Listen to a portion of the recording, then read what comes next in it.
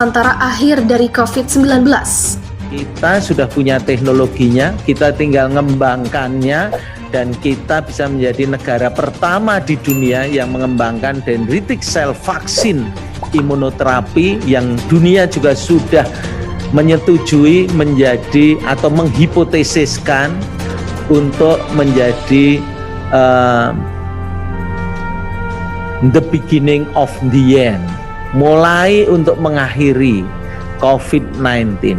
Soal COVID-19, SARS-CoV-2, artinya apa? Artinya kita bisa menyesuaikan kapan saja, mau mutasi kayak apa bisa kita sesuaikan. Dampaknya apa?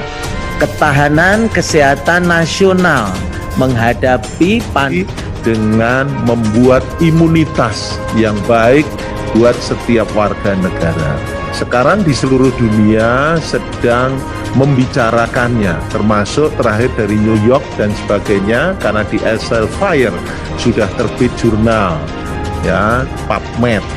Itu isinya adalah dendritic cell vaksin imunoterapi atau vaksin Nusantara, the beginning of the end, cancer and COVID-19.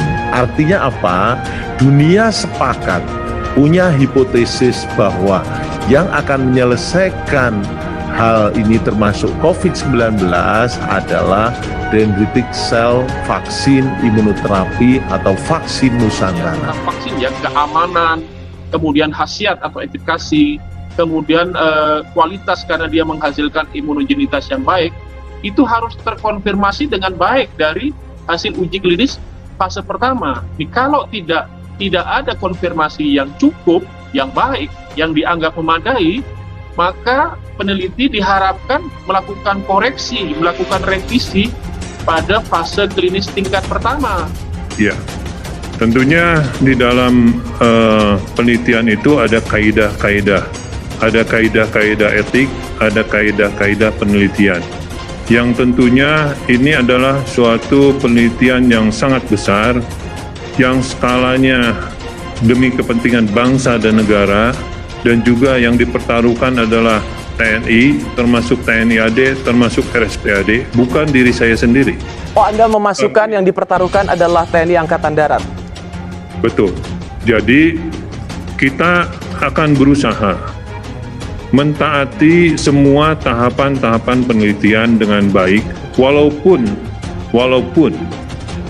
semuanya kita lakukan dengan cepat karena kita ingin ada vaksin yang bisa mengcover seandainya kita kekurangan vaksin. Nah, maka jangan sampai ada oknum-oknum tertentu, mafia-mafia tertentu yang sudah bergerak di bidang ini dan akhirnya menghambati perkembangan atau pengembangan vaksin yang sifatnya diciptakan dalam negeri. Saudara, apa yang terjadi sesungguhnya? Kenapa BPOM sampai hari ini belum memberikan green light?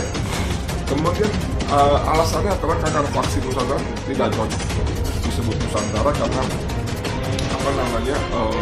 komponennya bahan bakunya bisa dari Amerika. Itu yang kata Siti Fadila Supari, saya nggak mau tahu itu, saya nggak tahu dan saya nggak mau tahu itu. Lalu IDI, Ikatan Dokter Indonesia juga. Antara IDI dan Terawan ini memang punya story lama ya.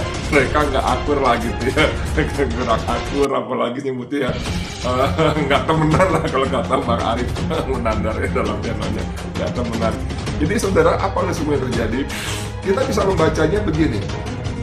Jadi ada di balik vaksin yang heboh ini, itu terungkap cuan bisnis, cuan itu keuntungannya, keuntungan bisnis vaksin COVID-19 mencapai 365 triliun per tahun.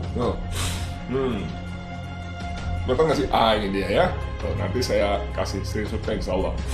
Saya bacain aja. Bisnis vaksin COVID-19 ternyata cukup menggiurkan. Produsen vaksin diperkirakan bisa meraup pendapatan sebesar 25 miliar dolar per tahun atau setara dengan 365 triliun jika diasumsikan kursnya Rp14.600. Meski begitu, beberapa perusahaan farmasi berjanji akan menyediakan vaksin di bawah harga pasar selama pandemi. Tapi 365 triliun, bos. Mantap banget. Mantan Menteri Kesehatan Terawan Agus Putranto mengklaim saat ini dunia mulai mengakui kesaktian dendritic cell vaccine immunotherapy atau vaksin Nusantara. Hal itu diungkap Terawan saat menghadiri acara webinar internasional bertajuk Perang Biologis Pandemi COVID-19, Lessons Learned and Efforts to Reinforce Health Security to Accelerate COVID-19 pada Minggu 18 Juli. Terawan mengatakan bila sejumlah jurnal di luar negeri membahas bagaimana vaksin Nusantara berpeluang besar dalam menyudahi penyebaran COVID-19. Sekarang di seluruh dunia sedang membicarakannya, termasuk terakhir dari New York dan sebagainya, karena sudah terbit jurnal PubMed. Itu isinya adalah dendritic cell vaksin immunotherapy atau vaksin Nusantara. Begitulah kata Terawan. Karya ilmiah itu dibuat sejumlah peneliti, salah satunya Amal Kamal Abdel Aziz dari Department of Experimental Oncology, European Institute of IRCCS, Milan, Italia.